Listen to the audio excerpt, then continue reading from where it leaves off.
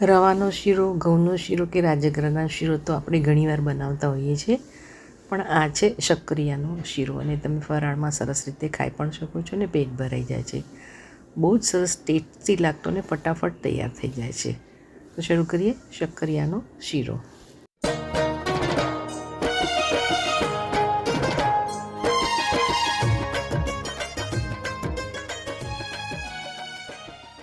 નમસ્તે મિત્રો, કેમ છો? માયા દીપક 22 યુટ્યુબ ચેનલમાં આપ સૌનું સ્વાગત છે. અવનવી રેસીપી અને સંગીતના વિડીયો સાથે આપ સૌ મારી સાથે જોડાયેલા રહો છો એનો ખૂબ આનંદ છે. હજુ સુધી મારી ચેનલ સબસ્ક્રાઈબ ના કરી હોય તો માયા દીપક 22 સબસ્ક્રાઈબ કરો, લાઈક કરો, શેર કરો, કોમેન્ટ કરો, ફોલો કરો. તમે મને ફેસબુક અને ઇન્સ્ટાગ્રામ પર પણ ફોલો કરી શકો છો. તો શરૂ કરીએ આજની સરસ મજાની રેસીપી. અહીંયા મેં 4 શક્કરિયા લીધા છે. વજનમાં લગભગ 500 ગ્રામ જેવા શક્કરિયા છે, કારણ કે ઘણીવાર જાડાનું વજન પણ વધારે પકડાતું હોય છે. સૌથી પહેલાં એને 2-3 વાર પાણીમાં ધોઈ લેવાના છે. ધોયા પછી આગળ પાછળ આવી રીતે એના ખરાબ જે મૂળિયા હોય એ કાપી લેવાના છે. પિલરથી એને છોલી લઈએ છીએ. હું હંમેશા છોલ્યા પછી પણ ધોતી હોઉં છું, કારણ કે માટીનો ભાગ શક્કરિયામાં ખૂબ આવતો હોય છે. અને ફરીથી 3-4 વાર પાણીમાંથી ધોઈ લઈએ છીએ.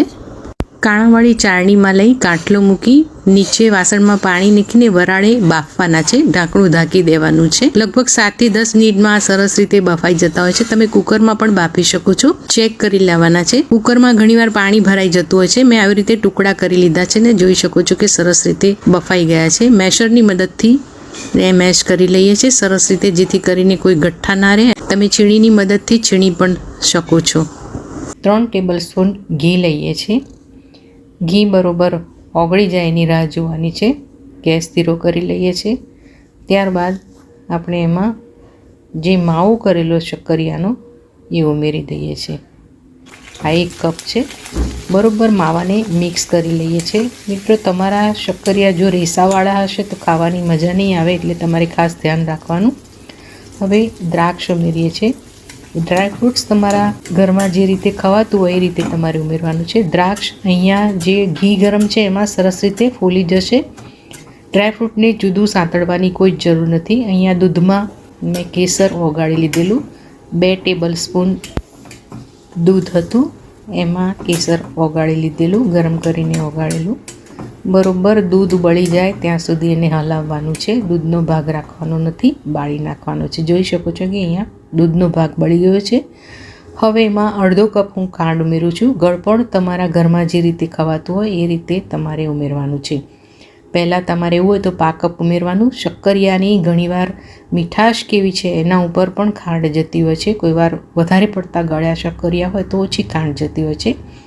ખાંડને બરોબર મિક્સ કરી લઈએ છીએ. 1 ચમચી ઇલાયચીનો પાવડર ઉમેરીએ છીએ. ખાંડ ઓગળી ગઈ છે. ઇલાયચીનો પાવડર પણ મિક્સ થઈ ગયો છે. તમે જોઈ શકો છો કે આ શીરો ખબર પણ નહીં પડે એટલો સરસ ટેસ્ટી લાગે છે. ઘી છૂટવાની તૈયારી થઈ ગઈ છે. હવે એમાં ડ્રાયફ્રૂટ્સ ઉમેરીએ છીએ. બદામની કતરણ અને પિસ્તાની કતરણ મેં અહીંયા લીધી છે, એ ઉમેરી દઈએ છીએ. બંને 1-1 ટેબલ સ્પૂન છે.